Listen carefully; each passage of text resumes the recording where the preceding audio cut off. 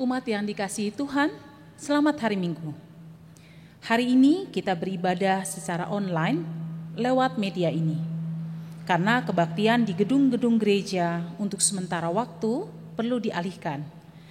Hal ini dilakukan di seluruh GKI yang berada dalam lingkup Sinode Wilayah Jawa Barat, termasuk Gereja Kristen Indonesia Jalan Maulana Yusuf. Kita berada dalam situasi waspada dengan merebaknya COVID-19. Kita perlu menghindari kontak fisik, menghindari orang berkumpul dalam kerumunan yang besar jumlahnya. Namun demikian, ini tidak berarti kita berhenti beribadah minggu. Bersama-sama dengan umat GKI, kita sebentar lagi akan beribadah dengan bantuan media ini. Supaya kebaktian ini bisa dihayati dengan baik, mari kita lakukan ibadah online ini dengan sikap beribadah. Bukan seperti menonton tayangan televisi atau film. Upayakanlah beribadah bersama dengan anggota keluarga di rumah. Dalam kebaktian ini, kita juga akan mengumpulkan kolekte seperti biasanya. Bagaimana cara melakukannya? Siapkanlah amplop persembahan kita. Nanti, pada waktu ritual pengumpulan kolekte, taruhlah amplop itu di sebuah tempat. Kumpulkanlah amplop-amplop itu dari minggu ke minggu. Nanti pada waktu kita bisa beribadah lagi di gedung gereja, bawalah semua persembahan itu untuk diserahkan ke gereja. Persembahan itu dapat juga dikirim ke rekening gereja BCA nomor 282300401 atas nama GKI Jalan Maulana Yusuf nomor 20 Bandung, atau melalui rekening BCA nomor 282400990 atas nama Gereja Kristen Indonesia untuk bakal jemaat Kawaluya.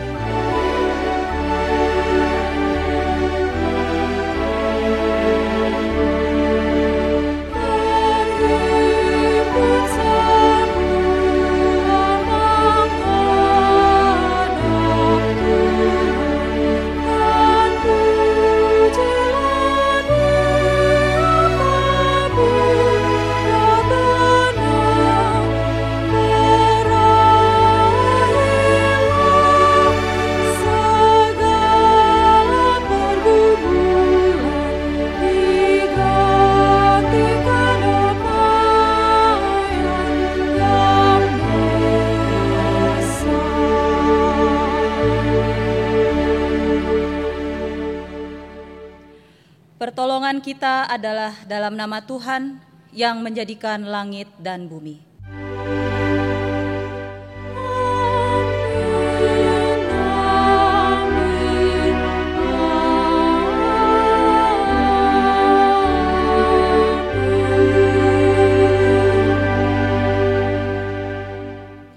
Tuhan beserta saudara.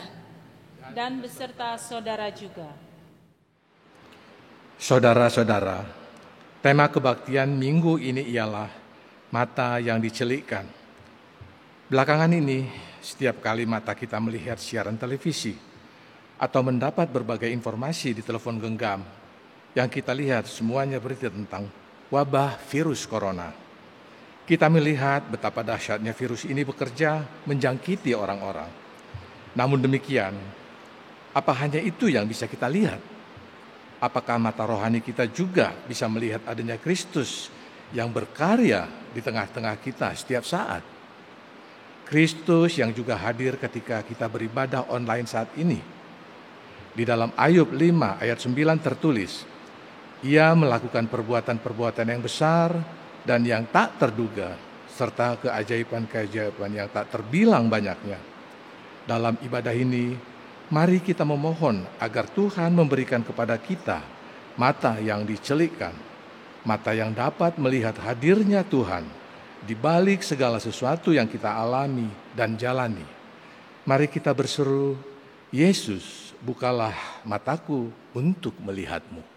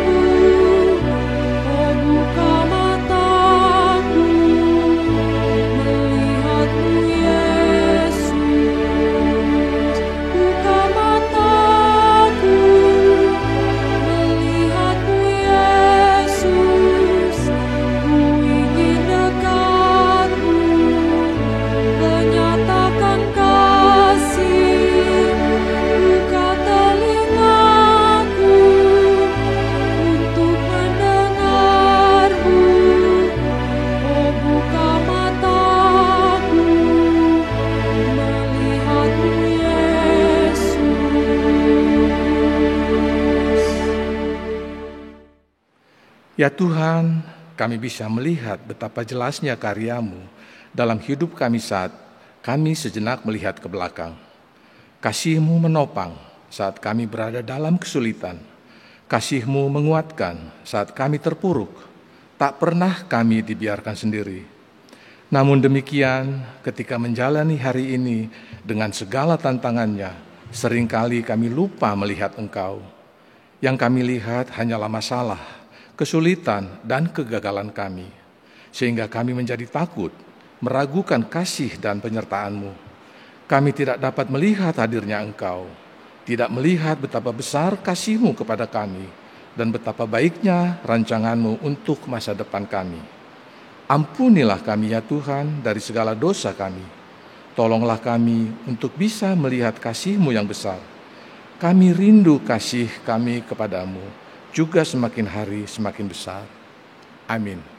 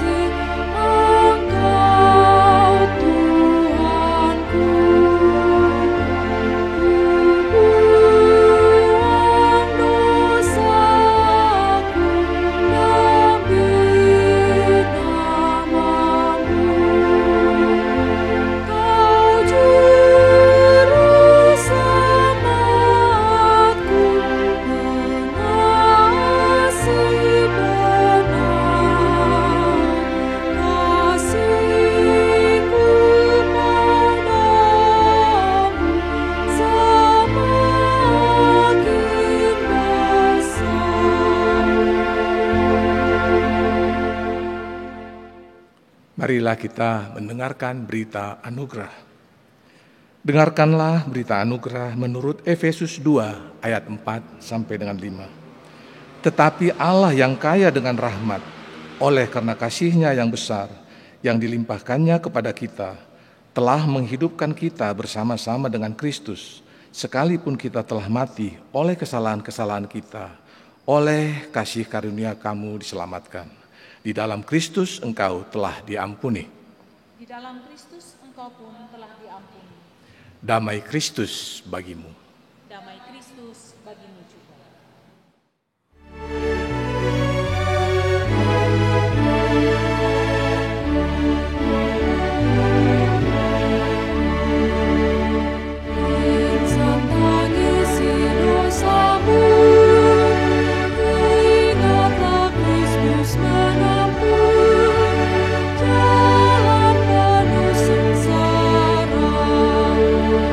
Dan bagai hamba terendah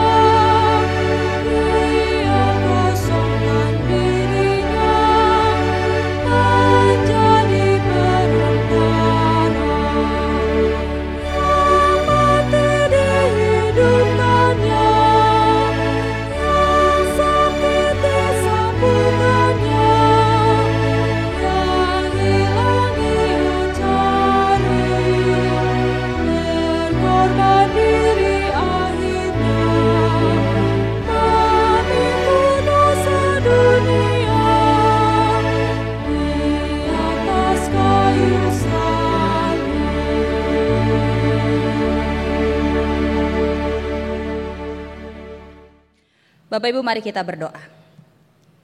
Tuhan, kini saatnya bagi kami untuk mendengarkan suara-Mu. Biarlah apa yang kami dengarkan pada saat ini menolong kami untuk kami dapat melakukan banyak perkara di hari-hari mendatang. Sertai dan kuasai hati dan pikiran kami, karena kami ingin mendengar sapaan Tuhan yang menyejukkan dan menenangkan hati kami. Kami berdoa di dalam nama Tuhan Yesus Kristus. Amin. Bacaan diambil dari Injil Tuhan Yesus Kristus menurut Yohanes pasal 9 ayat 1 sampai 41. Injil Tuhan Yesus Kristus menurut Yohanes pasal 9 mulai ayat yang pertama. Waktu Yesus sedang lewat, ia melihat seorang yang buta sejak lahirnya. Murid-muridnya bertanya kepadanya, "Rabi, siapakah yang berbuat dosa? Orang ini sendiri atau orang tuanya sehingga ia dilahirkan buta?" Jawab Yesus, "Bukan dia dan bukan juga orang tuanya, tetapi karena pekerjaan-pekerjaan Allah harus dinyatakan di dalam dia. Kita harus mengerjakan pekerjaan Dia yang mengutus aku selama masih siang. Akan datang malam di mana tidak ada seorang pun yang dapat bekerja. Selama aku di dalam dunia, akulah terang dunia." Setelah ia mengatakan semuanya itu, ia meludah ke tanah dan mengaduk ludahnya itu dengan tanah, lalu mengoleskannya pada mata orang buta tadi dan berkata kepadanya, "Pergilah, basuhlah dirimu dalam kolam Siloam." Siloam artinya yang diutus. Maka pergilah orang itu, ia membasuh dirinya lalu kembali dengan matanya sudah melek. Tetapi tetangga-tetangganya dan mereka yang dahulu mengenalnya sebagai pengemis berkata, "Bukankah dia ini yang selalu mengemis?" Ada pula yang berkata, "Benar, dialah ini." Ada pula yang berkata, "Bukan, tetapi ia serupa dengan dia." Orang itu sendiri berkata, "Benar, akulah itu." Kata mereka kepadanya, "Bagaimana matamu menjadi melek?" Jawabnya, "Orang yang disebut Yesus itu mengaduk tanah, mengoleskannya pada mataku dan berkata kepadaku, 'Pergilah ke Siloam dan basuhlah dirimu.' Lalu aku pergi dan setelah aku membasuh diriku, aku dapat melihat." Lalu mereka berkata kepadanya, "Di manakah dia?" Jawabnya, "Aku tidak tahu." Lalu mereka membawa orang yang tadinya buta itu kepada orang-orang Farisi. Adapun hari waktu Yesus mengaduk tanah dan memelekkan orang itu adalah hari Sabat. Karena itu orang-orang Farisi pun bertanya kepadanya, "Bagaimana matanya menjadi melek?" Jawabnya, "Ia mengoleskan adukan tanah pada mataku, lalu aku membasuh diriku dan sekarang aku dapat melihat." Maka kata sebagian orang-orang Farisi itu, orang ini tidak datang dari Allah, sebab ia tidak memelihara hari Sabat. Sebagian pula berkata, "Bagaimanakah seorang berdosa dapat melakukan mujizat yang demikian?" Maka timbullah pertentangan di antara mereka. Lalu kata mereka pula kepada orang buta itu, "Dan engkau, apakah katamu tentang dia, karena ia telah memelekkan matamu?" Jawabnya, "Ia adalah seorang nabi." Tetapi orang-orang Yahudi itu tidak percaya bahwa tadinya ia buta dan baru dapat melihat lagi, sampai mereka memanggil orang tuanya dan bertanya kepada mereka, "Inikah anakmu yang kamu katakan bahwa ia lahir buta? Kalau begitu, bagaimanakah ia sekarang dapat melihat?" Jawab orang tua itu, "Yang kami tahu ialah bahwa dia ini anak kami dan bahwa ia lahir buta. Tetapi bagaimana ia sekarang dapat melihat, kami tidak tahu. Dan siapa yang memelekkan matanya, kami tidak tahu juga. Tanyakanlah kepadanya sendiri. Ia sudah dewasa, ia dapat berkata-kata untuk dirinya sendiri." Orang tuanya berkata demikian karena mereka takut kepada orang-orang Yahudi, sebab orang-orang Yahudi itu telah sepakat bahwa setiap orang yang mengaku dia sebagai Mesias akan dikucilkan. Itulah sebabnya maka orang tuanya berkata, "Ia telah dewasa, tanyakanlah kepadanya sendiri." Lalu mereka memanggil sekali lagi orang yang tadinya buta itu dan berkata kepadanya, "Katakanlah kebenaran di hadapan Allah. Kami tahu bahwa orang itu orang berdosa." Jawabnya, "Apakah orang itu orang berdosa? Aku tidak tahu. Tetapi satu hal aku tahu, bahwa aku tadinya buta dan sekarang dapat melihat." Kata mereka kepadanya, "Apakah yang diperbuatnya kepadamu? Bagaimana ia memelekkan matamu?" Jawabnya, "Telah kukatakan kepadamu dan kamu tidak mendengarkannya. Mengapa kamu hendak mendengarkannya lagi? Barangkali kamu mau menjadi muridnya juga?" Sambil mengejek mereka berkata kepadanya, "Engkau murid orang itu, tetapi kami murid-murid Musa. Kami tahu bahwa Allah telah berfirman kepada Musa, tetapi tentang dia itu kami tidak tahu dari mana ia datang."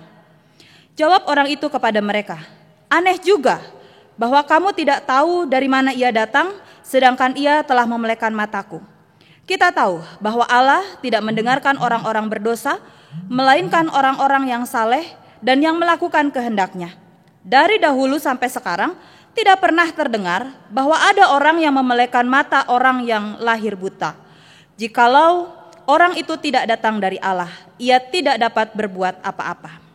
Jawab mereka, "Engkau ini lahir sama sekali dalam dosa dan engkau hendak mengajar kami?" Lalu mereka mengusir dia keluar. Yesus mendengar bahwa ia telah diusir keluar oleh mereka, kemudian ia bertemu dengan dia dan berkata, "Percayakah engkau kepada Anak Manusia?" Jawabnya, "Siapakah dia Tuhan, supaya aku percaya kepadanya?" Jawab Yesus kepadanya, "Engkau bukan saja melihat dia, tetapi dia yang sedang berkata-kata dengan engkau, dialah itu." Katanya, "Aku percaya Tuhan." Lalu ia sujud menyembahnya. Kata Yesus, "Aku datang ke dalam dunia untuk menghakimi, supaya barang siapa yang tidak melihat dapat melihat, dan supaya barang siapa yang dapat melihat menjadi buta." Kata-kata itu didengar oleh beberapa orang Farisi yang berada di situ, dan mereka berkata kepadanya, "Apakah itu berarti bahwa kami juga buta?" Jawab Yesus kepada mereka, "Sekiranya kamu buta, kamu tidak berdosa. Tetapi karena kamu berkata, 'Kami melihat,' maka tetaplah dosamu." Demikianlah Injil Tuhan Yesus Kristus. Berbahagialah mereka yang mendengarkan firman Allah dan yang memeliharanya. Hosana.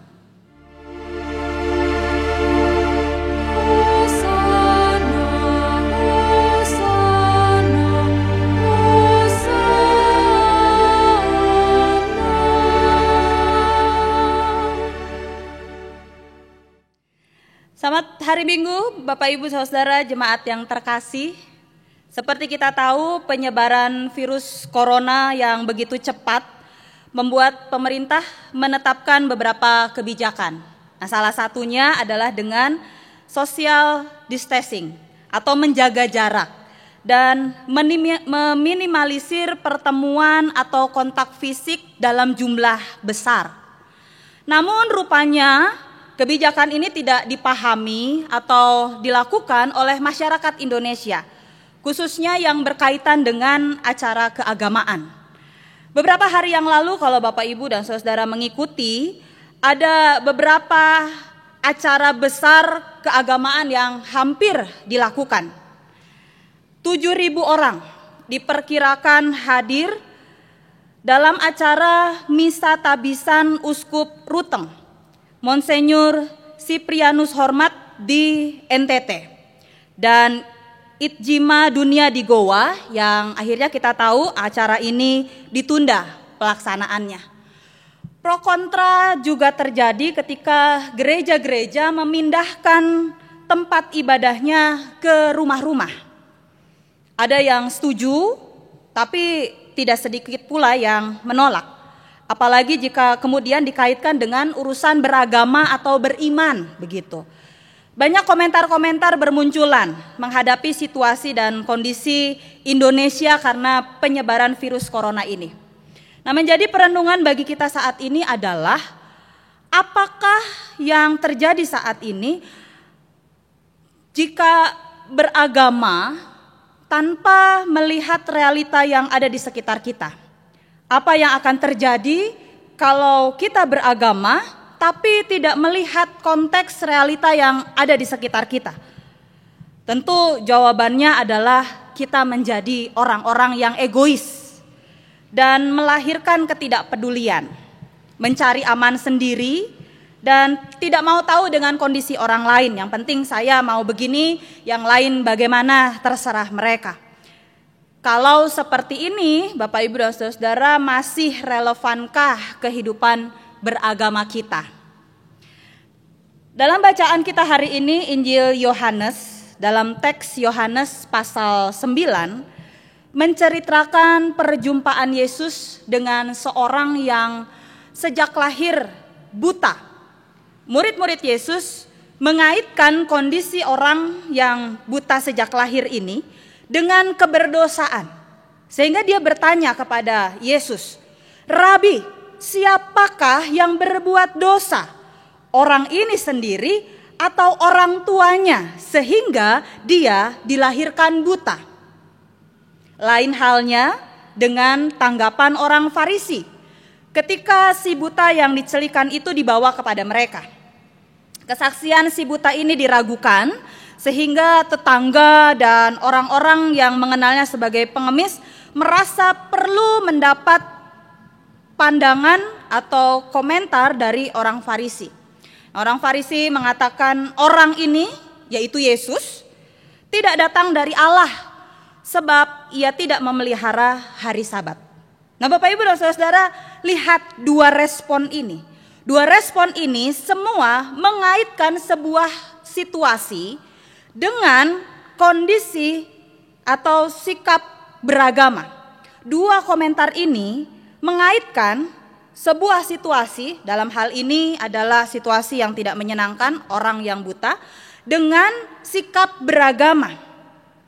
Nah, bukankah sikap seperti ini, hal ini hampir mirip dengan apa yang terjadi di Indonesia?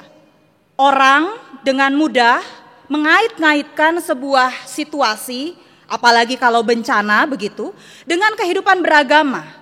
Sehingga yang terjadi adalah orang kemudian mudah menyalahkan, mudah menghakimi, dan kehilangan empati, kepedulian sosial, fokus hanya pada diri sendiri. Bagaimana tanggapan Yesus melihat hal ini? Apa yang dia sampaikan ketika berhadapan dengan situasi ini? Bapak Ibu dan Saudara, Yesus mengatakan bahwa kondisi orang yang buta sejak lahir itu tidak disebabkan oleh dosa apapun. Dia mengatakan kepada para muridnya dengan sangat jelas, bukan dia, bukan juga orang tuanya. Orang itu ada karena pekerjaan-pekerjaan Allah harus dinyatakan. Fokus Yesus adalah pada pekerjaan Allah. Apa pekerjaan Allah? Pekerjaan Allah yaitu pemulihan bagi banyak orang, bagi setiap orang. Nah, itulah sebabnya Yesus kemudian menyembuhkan si buta tadi dengan mengaduk tanah dengan ludah, mengoleskan pada mata si buta, dan menyuruhnya membasuh di kolam Siloam. Yesus memandang si buta ini sebagai subjek, sebagai orang yang perlu pemulihan, manusia yang perlu mendapatkan pemulihan.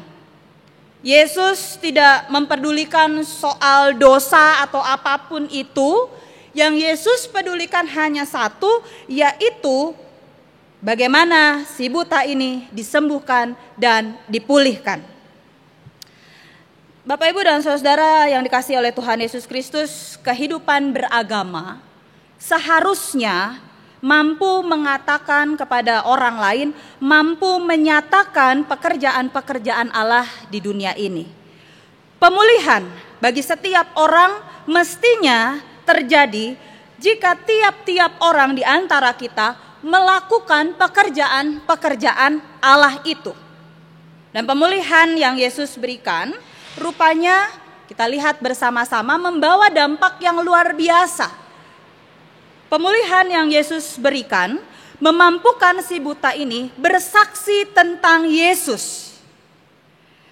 Kita tahu bersama Bapak Ibu, mata punya peranan yang sangat penting dalam kehidupan kita.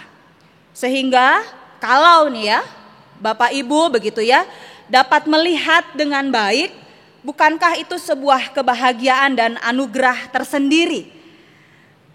Dan inilah juga yang dirasakan oleh si buta tadi. Kebahagiaan dan kegembiraan dirasakan oleh orang yang buta sejak lahir, lalu berjumpa dengan Yesus dan matanya dicelikan oleh Yesus. Ketaatan Ketaatan orang ini terhadap perkataan Yesus membuatnya dapat melihat. Dunia yang selama ini dalam pandangannya gelap dan dia tidak tahu seperti apa, hitam dalam pandangannya, kini menjadi terang, penuh dengan berbagai warna dan bentuk. Dan yang pasti penderitaan si buta ini sebagai orang buta berakhir ketika Yesus mencelikan matanya. Perjumpaan orang yang buta sejak lahir dengan Yesus bukan saja mencelikan mata jasmaninya, tetapi juga mata hatinya. Orang yang buta ini memberikan kesaksian bahwa jikalau orang itu tidak datang dari Allah, dia tidak dapat berbuat apa-apa. Bapak Ibu, ketika berjumpa kembali dengan Yesus, dia tidak hanya dapat melihat sosok Yesus menurut mata jasmaninya, tetapi juga mata hatinya telah melihat siapa Yesus yang sebenarnya, yaitu Anak Manusia yang datang menyelamatkan dunia. Bukan saja itu, dia percaya kepada Yesus dan sujud menyembahnya. Sekalipun orang banyak, terutama orang-orang Farisi, orang-orang Yahudi mempermasalahkan tindakan yang Yesus lakukan terhadap dirinya, tapi bagi orang yang dicelikan ini, perjumpaannya dengan Yesus membuat dia mendapatkan terang dan hidup yang sesungguhnya. Bapak, Ibu, dan Saudara yang dikasihi oleh Tuhan Yesus Kristus, betul bahwa selain mata jasmani, mata fisik kita, mata hati berperan penting. Mata hati atau hati nurani inilah yang akan membuat seseorang punya pertimbangan-pertimbangan etis sebelum dia memutuskan sebuah keputusan-keputusan. Dia harus memutuskan sesuatu, maka mata hatinya bekerja. Kalau mata jasmani hanya dapat melihat apa yang nampak di permukaan, maka mata hati mampu melihat hal-hal yang tidak dilihat oleh mata jasmani. Dia dapat melihat hal-hal yang jauh lebih dalam. Saat ini mungkin banyak orang juga sudah dibutakan oleh pergumulan dan persoalan hidup berkaitan dengan situasi Indonesia dengan penyebaran virus corona. Mungkin Bapak, Ibu, dan Saudara mulai dibutakan dengan kepanikan, ketakutan, kegelisahan, bahkan bisa saja saling mencurigai satu dengan yang lain. Atau mata kita mulai dibutakan dengan hal yang sebaliknya, itu kan orang lain. Ketidakpedulian, mengacuhkan himbauan pemerintah, dan lain sebagainya. Sehingga tidak mampu melihat bahwa persoalan pergumulan yang sedang kita hadapi bersama-sama ini adalah bagian dari pekerjaan-pekerjaan Tuhan yang harus dinyatakan dalam dirinya, dalam kehidupan kita bersama. Bapak, Ibu, dan Saudara, perjumpaan dengan Yesus dan ketaatan terhadap perkataan Yesus akan membawa kita pada terang dan hidup yang sesungguhnya. Mata kita dicelikan. Orang yang celik, baik mata jasmani atau mata hatinya, dia akan berusaha untuk hidup melakukan pekerjaan Allah. Mata yang telah dicelikan memampukan kita melihat situasi dan kondisi dengan realistis dan berhikmat. Apa yang bisa kita lakukan untuk mengaplikasikan firman Tuhan hari ini, Bapak, Ibu, dan Saudara? Langkah sederhana saja, yaitu dengan menjaga diri. Ikuti setiap arahan yang ditetapkan pemerintah dan tetap tenang, waspada, sambil juga memperhatikan kebutuhan orang lain. Saya percaya bahwa Tuhan akan senantiasa memelihara kehidupan kita, menolong kita, dan membuat kita akhirnya mampu melakukan pekerjaan-pekerjaan Allah yang Allah nyatakan melalui hidup dan diri kita. Tuhan memberkati. Amin.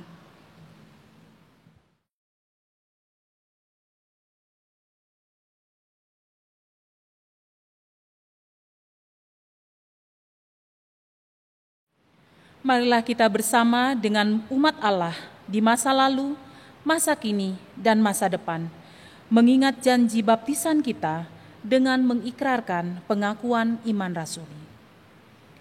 Aku percaya kepada Allah, Bapa yang Maha Kuasa, Khalik langit dan bumi, dan kepada Yesus Kristus, anaknya yang tunggal, Tuhan kita, yang dikandung dari Roh Kudus, lahir dari anak darah Maria, yang menderita sengsara di bawah pemerintahan Pontius Pilatus, disalibkan, mati dan dikuburkan, turun ke dalam kerajaan maut. Pada hari yang ketiga, bangkit pula dari antara orang mati, naik ke sorga, duduk di sebelah kanan Allah, Bapa yang Maha Kuasa. Dan dari sana ia akan datang untuk menghakimi orang yang hidup dan yang mati. Aku percaya kepada Roh Kudus, gereja yang kudus dan am, persekutuan orang kudus, pengampunan dosa, kebangkitan orang mati, dan hidup yang kekal. Amin. Mari kita menaikkan doa syafaat. Dalam situasi seperti sekarang ini Tuhan, maka terlalu egois bagi kami kalau kami hanya berdoa bagi diri kami masing-masing. Oleh karena itu, dalam doa syafaat ini, kami hendak mendoakan para dokter, perawat, dan tim medis yang berjaga-jaga, yang berdiri di garis depan untuk menolong, mengobati, dan menyembuhkan mereka yang terkena virus corona ini. Tuhan berikan kekuatan, Tuhan berikan kesehatan, hati yang mau untuk mengabdi dengan ketulusan, sehingga mereka dapat menjalankan tugas dan tanggung jawabnya dengan penuh sukacita. Kami juga pada saat ini berdoa untuk orang-orang yang di dalam kehidupan ini terkena dampak atau imbas langsung dari penyebaran virus corona. Mereka yang harus kehilangan pendapatan, mereka yang mungkin bergumul dengan kesejahteraan keluarga, atau sehari-hari harus berjuang dengan banyak hal, Tuhan yang memampukan mereka untuk tetap mendapatkan kasih sayang Tuhan dan kesejahteraan dari Engkau. Kami percaya Tuhan mencukupkan segala sesuatu sehingga orang-orang ini tetap dapat melanjutkan kehidupan dengan terus berpegang pada pengharapan dan cinta kasih Tuhan. Kami juga berdoa Tuhan bagi kondisi Indonesia di masa sekarang ini, biarlah melalui peristiwa ini kami belajar untuk saling memperhatikan satu dengan yang lain, menjaga diri kami dan melakukan apa yang dapat kami lakukan untuk mencegah penyebaran virus corona ini. Tuhan juga memberkati dan menyertai para pemimpin negara kami ya Tuhan, yang di dalam jerih lelah mereka mengupayakan yang terbaik untuk dapat mengatasi persoalan berkaitan dengan penyebaran virus corona ini. Terima kasih Tuhan untuk setiap hal yang Tuhan nyatakan lakukan dalam kehidupan kami. Kami percaya setiap hal yang kami kerjakan berkenan di hadapan Tuhan. Inilah doa kami menutupnya dengan doa yang Tuhan Yesus telah ajarkan. Bapa kami yang di surga, dikuduskanlah namamu, datanglah kerajaan-Mu, jadilah kehendak-Mu di bumi seperti di sorga. Berikanlah kami pada hari ini makanan kami yang secukupnya, dan ampunilah kami akan kesalahan kami, seperti kami juga mengampuni orang yang bersalah kepada kami. Dan janganlah membawa kami ke dalam pencobaan, tetapi lepaskanlah kami daripada yang jahat. Karena Engkaulah yang mempunyai kerajaan dan kuasa dan kemuliaan sampai selama-lamanya. Amin. Pekerjaan Allah bagi kita adalah wujud cinta kasih yang patut disyukuri. Segala rahmat yang diberikan mencukupkan kebutuhan kita. Marilah kita memberikan persembahan syukur seraya mengingat firman-Nya dalam Filipi 4 ayat 6. Janganlah hendaknya kamu khawatir tentang apapun juga, tetapi nyatakanlah dalam segala hal keinginanmu kepada Allah dalam doa dan permohonan dengan ucapan syukur.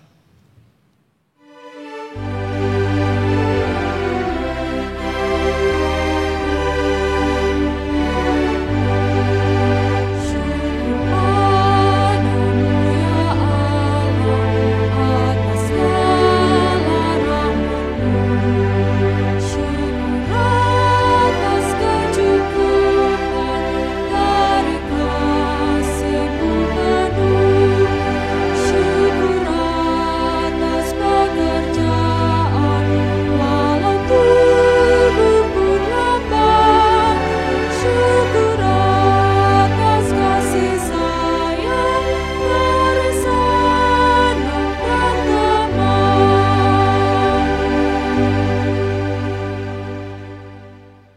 Mari kita berdoa.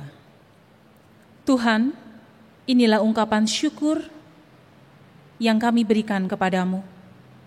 Terima kasih Tuhan untuk segala kebaikan-Mu atas hidup kami. Di dalam nama Tuhan Yesus kami berdoa. Amin. Marilah kita mengarahkan mata hati kita pada Kristus, agar dimampukan untuk melihat pekerjaan-pekerjaannya yang mendatangkan kebaikan. Tetaplah berpegang pada kasih-Nya yang ajaib, supaya kita dimampukan untuk mengerti kehendak-Nya.